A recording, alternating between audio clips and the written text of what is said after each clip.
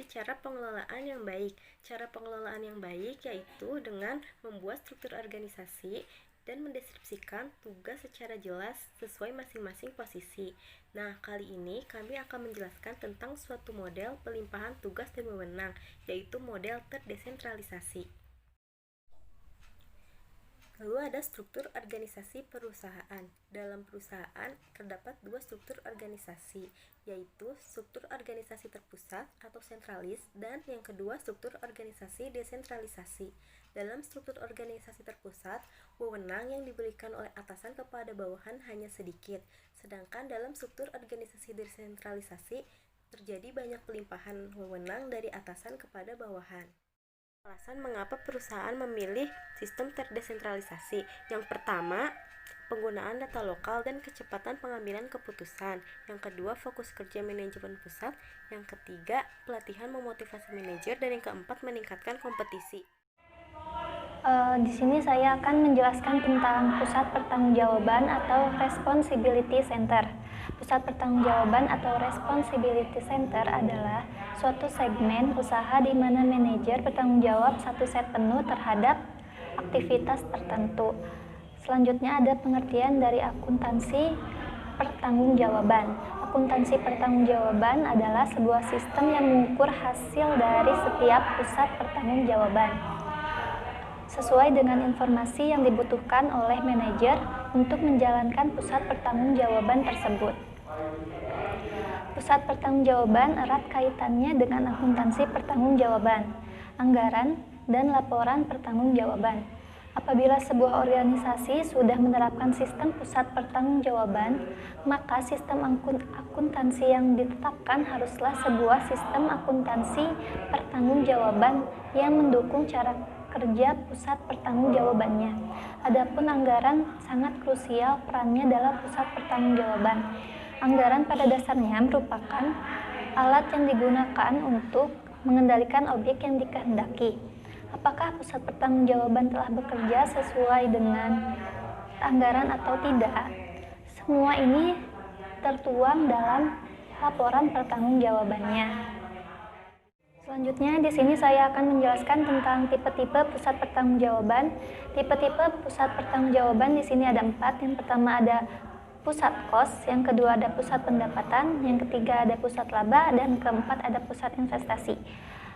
Pusat kos yaitu manajer bertanggung jawab terhadap kos yang berada dalam wilayah wewenangnya.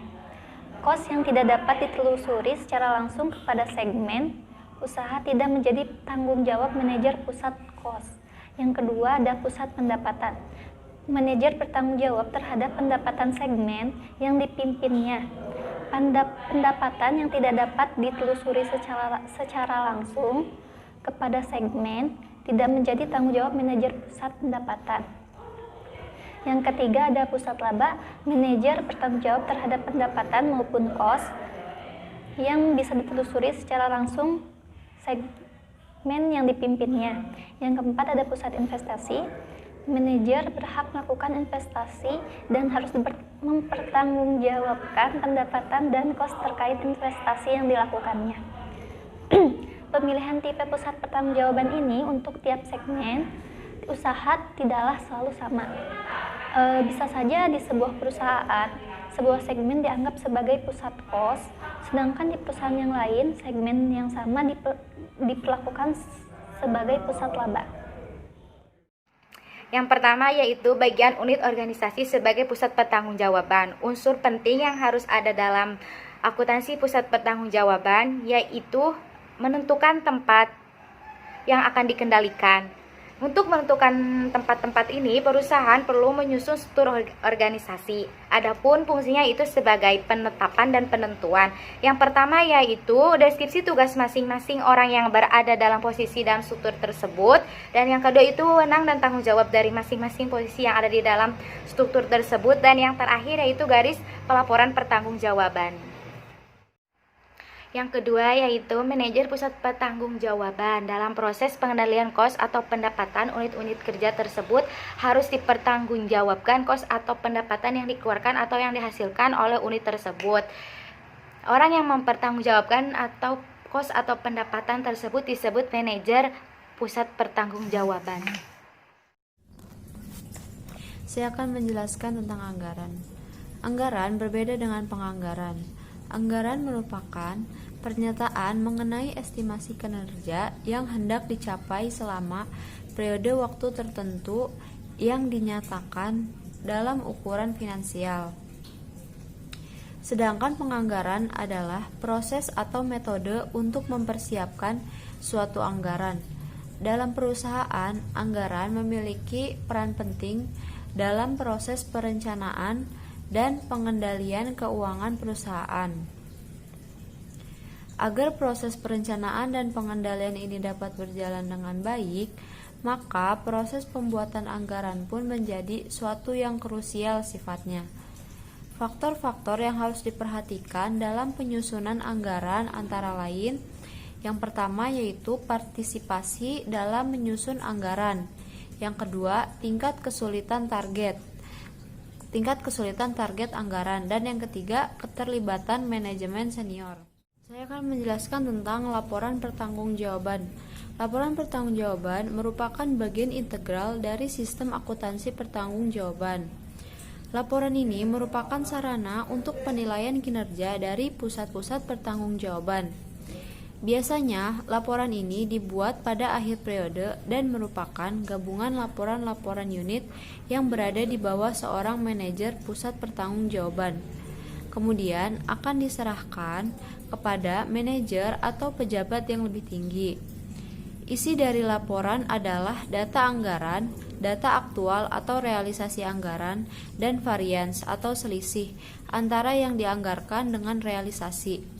Selisih bisa merupakan selisih yang menyenangkan atau favorable jika kos aktual lebih kecil daripada kos yang dianggarkan.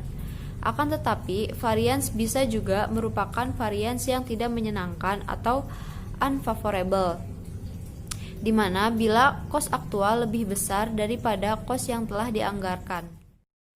Tahapan pertama pada pembuatan laporan yaitu membuat laporan pada bagian setiap departemen.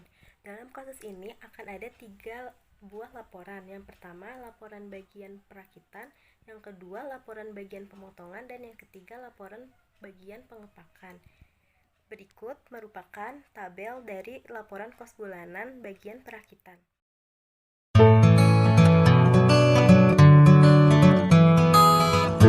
Di sini saya akan menjelaskan tentang tabel 6.2 tentang laporan tingkat 2 Departemen Pengawas Operasi. Tahap 2. Setiap bagian akan menyerahkan laporan yang telah dibuat kepada Kepala Departemen. Kepala Departemen kemudian akan menggabungkan laporan-laporan yang berada di bawahnya. Dalam kasus PT Fiona dapat kita lihat laporan berikut. Bapak Sigit selaku Kepala Departemen Pengawas Operasi Produksi akan membuat laporan departemennya yang berisikan gabungan dari 3 bagian yang ada di bawahnya, yaitu bagian pemotongan, bagian perakitan, bagian pengepakan. Selain berisikan jumlah kos ketiga bagian, akan ada tambahan kos yang dilaporkan berupa kos kantor departemen pengawasan operasi, sama halnya seperti bagian-bagian yang berada di bawahnya. Kepala Departemen Pengawas Operasi hanya melaporkan kos-kos yang bisa dikendalikan atau diawasinya. Kos-kos ini telah direncanakan sebelumnya atau dianggarkan dan Kepala Departemen Pengawas Operasi ikut berpartisipasi di dalam penyusunan anggaran tersebut. Dalam laporan akan disajikan varians antara kos aktual dengan kos yang dianggarkan sebagai sebuah bentuk pertanggungjawaban dari Kepala Departemen. Sedangkan kos penyusutan yang metodenya ditentukan oleh pimpinan atau kos tetap lain di mana besaran yang harus ditanggung oleh tiap departemen ditentukan oleh pemimpin yang lebih tinggi. Tidak perlu dicantumkan dalam laporan pertanggungjawaban karena bukan sepenuhnya tanggung jawab Kepala Departemen.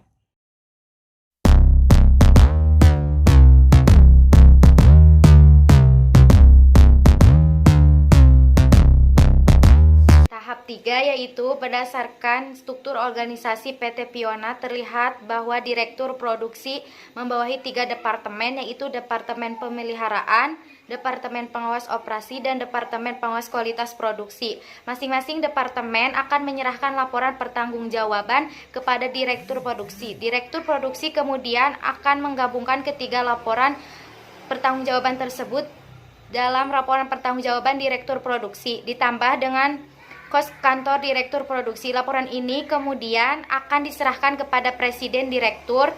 Berikut adalah contoh laporan yang dibuat oleh Direktur Produksi PT Piona untuk bulan Oktober 2009.